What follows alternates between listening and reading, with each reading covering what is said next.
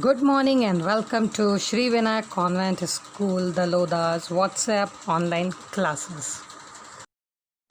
Good morning, my dear students. Welcome to English class. I am your English teacher, Priti Chavda. Welcomes you all. Dear students, today we are going to learn and going to read our new topic, that is kinds of verb. What is today's topic? Kinds of verbs. So dear students, in kinds of verb we have mainly three main verbs. The first verb is transitive verbs, second is intransitive verbs and third is auxiliary verbs. और auxiliary verbs जो होती हैं उन्हें helping verbs भी कहा जाता है. Okay, तो आज हम इन तीन वर्ब्स के बारे में पढ़ने वाले हैं. So firstly we will start with the transitive verbs. ठीक है. So kids, our first verb is transitive verbs. अब ट्रांजिटिव वर्ब्स होती क्या हैं? ट्रांजिटिव वर्ब्स क्या होती हैं ये मैं बताती हूँ आपको. Transitive verbs are action verbs that have an object, person, place, thing to receive that action in the first sentence. Okay, the direct object ball received the action of the verb hit. It means that जो transitive verbs होती है ना वो directly किसके through, action के through pass होती है subject पे. जैसे अगर हम कोई भी एग्जांपल लेते हैं, फर्स्ट एग्जांपल लेते हैं, ही बेक्ड सम कुकीज़. ही बेक्ड सम कुकीज़, उसने क्या कुक किया है? उसने कुकीज़ करी है, बेक. ओके, तो डायरेक्टली वी कैन से कि किसको कुक किया है? कुकीज़ को कुक किया है. डायरेक्टली अगर आप बुक में देखेंगे तो आपको एग्जांपल लिखा हुआ दिखेगा, God loves all men. So it is directly shown that God loves all men. There is no any other in between, कुछ भी नहीं है. Directly God loves men.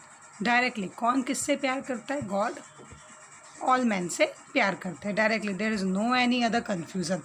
The sun gives light. तो सन क्या करता है? हमें लाइट देता है. Directly we are talking about two person, the sun and the light. And in between जो वर्ब बनी है वो कौन सी है? गिव्स. तो that is the transitive verb. Okay, एक और एग्जांपल है, राधा सैंग अ सॉन्ग. राधा क्या करती है? गाना गाती है. डायरेक्टली सैंग. तो सैंग जो वर्ड है वो क्या है आपका? क्या है? वर्ब है. डायरेक्टली राधा क्या कर रही है? गाना गा रही है. There is no any other helping verb in there. Okay, the lion killed the goat. Lion ने क्या करा? किल्ड कर दिया. किसको? गोट को. तो simply it is simple that the lion killed the goat. Okay, so जो डायरेक्टली होती है, just go through the action, go through passes to the subject, that are the transitive. मतलब इसके बीच में कोई हेल्पिंग वर्ब नहीं होती, उन्हें क्या कहा जाता है? Transitive verb. Clear? Okay, now the kids, next is intransitive. Just opposite है उसका. इनट्रांजिटिव वर्ब्स जो होती हैं, verbs that are action verb but unlike transitive verb, they do not have any object receiving action. उनके पास कोई object नहीं होता है जो एक्शन को रिसीव करे.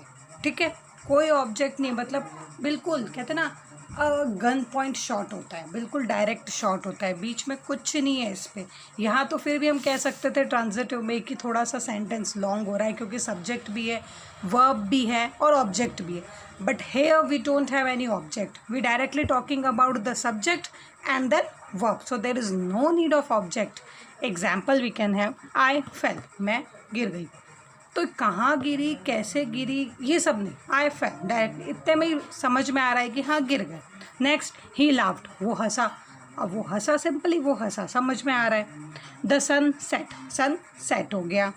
I cried. मैं रोई. तो ये सिंपली बिल्कुल डायरेक्टली सब्जेक्ट और वर्ब की बात होती है, इसमें ऑब्जेक्ट की ज़रूरत ही नहीं होती है. If you are talking about the your book, तो आपकी बुक में लिखा है लॉयंस रॉर, मतलब लॉयन गुर्रा रहा है. The sun shines, the earth moves, the train stopped. So ये एग्जाम्पल आपको आपकी बुक के अंदर मिल जाएंगे.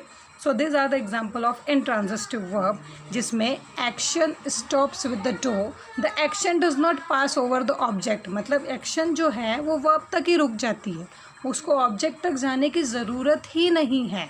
किसमें? इनट्रांजिटिव में. सिर्फ दो पर्सन के बीच में ही, मतलब दो चीज़ों के बीच में ही हमारा इनट्रांजिटिव वर्ब ख़त्म हो जाता है, सब्जेक्ट और verb. No need of object. लेकिन ट्रांजिटिव वर्ब में हमें तीनों की ज़रूरत पड़ती है, सब्जेक्ट की भी, वर्ब की भी और ऑब्जेक्ट की भी। ये कॉन्सेप्ट क्लियर हुआ? Yes, now moving to the last. Now kids our last is auxiliary verb. Auxiliary verbs जो होती हैं उन्हें हेल्पिंग वर्ब भी कहा जाता है। Why it is called helping verb? Because it is used with another verb called the principal और the main verb. इसको किसी और वर्ब के साथ भी, मेन वर्ब जो होती है उसके साथ इसका यूज़ किया जाता है। मतलब मेन वर्ब के साथ इसको लगाने के बाद ही हमारा रिजल्ट बाहर आता है, इसीलिए हम इसे एक्सिलरी वर्ब कहते हैं या हेल्पिंग वर्ब कहते हैं। बहुत सारे एग्जांपल हैं यहाँ पे एक्सिलरी वर्ब के, जैसे be, am, is, was, were, being, can, could, do, did, does, doing, have, has, having, may, might, must, shall, should, will, would.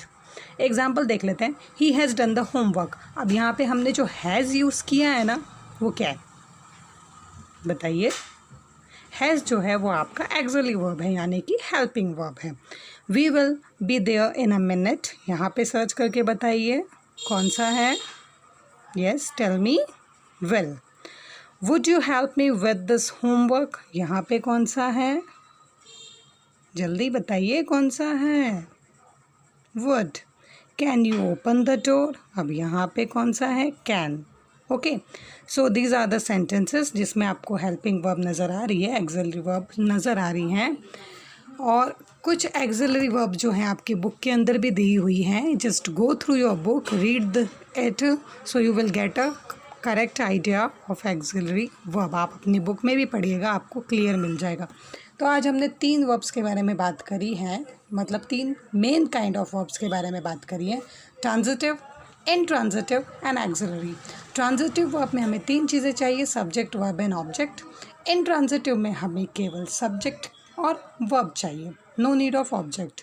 और एक्सिलरी वर्ब्स जो होती हैं वो वर्ब होती हैं मेन वर्ब के साथ लगाई जाने वाली हेल्पिंग वर्ब, जिसे सब्जेक्ट, उसके बाद एक्सिलरी वर्ब और मेन वर्ब का यूज़ करके हम सेंटेंस को फॉर्म करते हैं।